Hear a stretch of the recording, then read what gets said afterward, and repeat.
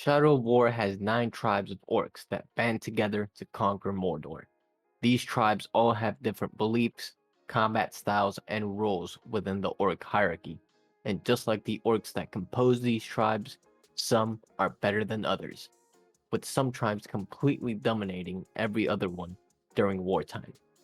In this video, I will take you into the heart of Mordor, where these tribes reign without restrictions and are allowed to fully develop into powerful warbands that are a force to be reckoned with. But if you want to join the next best thing to a tribe, you should subscribe.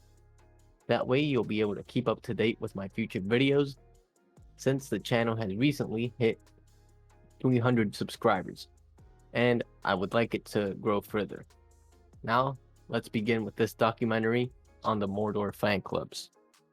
Let's start with Mordor's equivalent of the Quiet Kids, the Dark Tribe. Masks, black, hoods, vague quotes, and sharp daggers are basically their entire personality. The Dark Tribe treats Sauron like a god and are fanatics of everything obscure and manipulative. They can unleash a flurry of dagger strikes that will lock your weapons while attempting to tear into you with their curved blades, similar to commentary channels here on YouTube. But they are by far the coolest looking tribe, in my opinion. I mean, what's not great about edgelords? As a result of their power over a region, you will also find potion brewing stations across each select area, which, when shot, will explode into balefire that consumes your enemy in fire and poison. The Feral tribe are the ones responsible for all the beasts of Mordor, taming, hunting, among doing other less reputable thing to the various Caragors, Graugs, and ghouls that nature has unleashed against them. They have razor-sharp claws that they use to leap onto their enemies and eviscerate them with relative ease. You'll find these orcs to be expert trackers and hunters, often wearing the skin of beasts or even horn-adorned helmets, and almost all of them shirtless.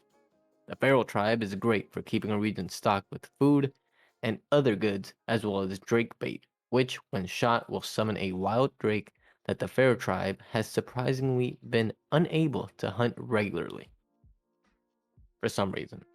I guess they're just too busy using bones as maces to care about fire-breathing snakes in the sky. The industrialists of the Dark Lord's forces. The Machine Tribe is what would happen if Iron Man was born a caveman before fire was even invented. They use Mortal Kombat Scorpion's hooks to pull you in and just cave your skull in. They wear full body bronze armor and are responsible for making all of the swords, bombs, and tools of Orc society. They have even made flamethrowers for some of their Ologs, as well as a massive Legend of Zelda inspired hookshot, which would be the equivalent of you getting impaled by a harpoon gun used against whales. Mind you, you are a normal human being, and their giant smoke columns choke out the sunlight to make you realize they are on their Sigma male grind set. They're even responsible for creating the Machine, the Darth Vader of Lord of the Rings. And though they've dominated regions, have smithies, where you can use the fire from the forge to cause damage, to the Dark Lord's tribe's alchemy station. Obviously, these guys are pretty well equipped. The Marauder Tribe is obsessed with drip and tax evasion. They wear gold encrusted armor, use a lot of white, and are overall the wealthiest of Orc society. This is primarily due to their inherent need for coin, trinkets, and gold. Most merchants are part of the Marauder Tribe, and their trade depots rural throughout a region are used for storing mirian as well as trading with other orcs in exchange for coins. Their preferred weapons are small one-handed crossbows that deal large amounts of damage, while also it's worth noting that the Marauder Tribe is mostly composed of treasure seekers, champions, and thieves, all of which want the finer things in life, like the boots of their enemies. There's something off about the Mystic Tribe. They're almost cult-like in nature. Enjoyers of dark magic and rituals, you'll often find them conducting such rituals at their shrines, which are littered throughout any region they hold.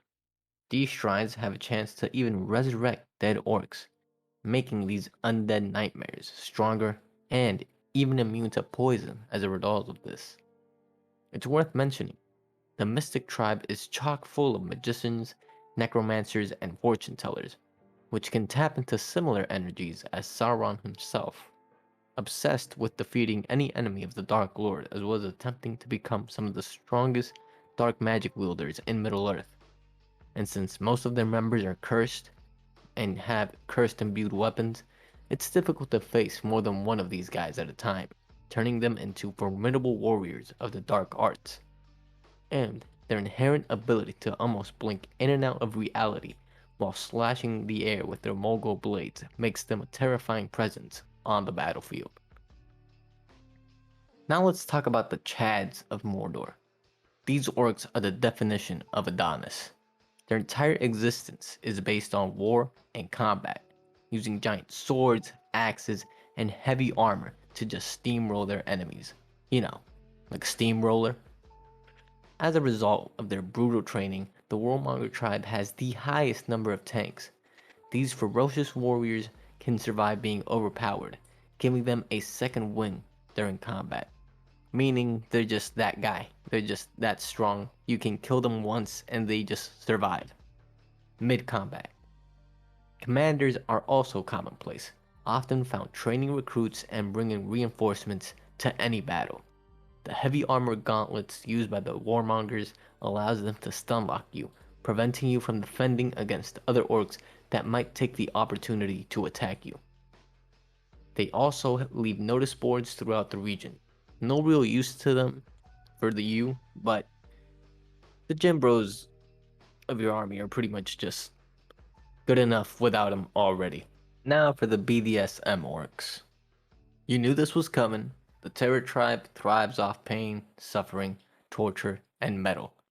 I mean lots of metal. Guts, gore, and entrails litter the fortresses and their walls. They stick all sorts of metal shards and fragments into their bodies because they love the constant pain. They are certified freaks, and they enjoy it. They use chain hooks to swipe all nearby enemies, throwing into the ground dazed and damaged. And have guillotines throughout the region to kill their enemies, instill fear, and cause a whole load of pain. Overall, pretty quirky and quirky stuff. Patriots of Mordor. They want to be free of the Dark Lord using trash as armor and fortress defenses. I'm obviously talking about the Outlaw Tribe. This is definitely your average Twitter user. The Outlaw Tribe is the pride of the orcs. They want to be free and they will wear your bones if they have to, using bolas to capture unsuspecting enemies and executing them for the cause. It should also be noted, they have podiums for propaganda. Podiums. Orcs use speeches to recruit followers. That is some next level marketing right there. Why kill all those who don't join you and just explain the benefits of joining your organization? They probably have affordable healthcare and a great 401k. Like, this is the closest thing to Andrew Tate in The Lord of the Rings. Like, the closest thing. Now it's time for the Slaughter Tribe. The Psychopaths. These guys eat everybody. It's basically every horror movie rolled into a giant buff dude. And believe you me, it's not hot at all. Most of these guys are butchers and medical professionals, or just collectors of arms and toes, using giant cleavers to kill from afar, covered in the skin of the poor fools that they killed prior. And they use their blood as makeup. I mean, look at him! He's wearing a mask of human skin. And he's laughing. They're absolutely insane. And to add to that, they have these giant cubed meat grinders, just a block of meat, where they throw slaves and turn them into paste. Just a full course meal of some poor dude's, like, He was a slave, alright? You eating slave, you're eating the workforce, man. Overall, these guys are just Patrick Bateman's sick cousins. A true terror to behold, honestly. And that, ladies and gentlemen, was every tribe in Shadow of War. They're definitely some interesting fellas, but I'd overall say they're pretty unique and useful to have in your army. Remember to subscribe for more guides and keeping up to date with any future videos. I'll see you all in the future. Have a good one, and bye.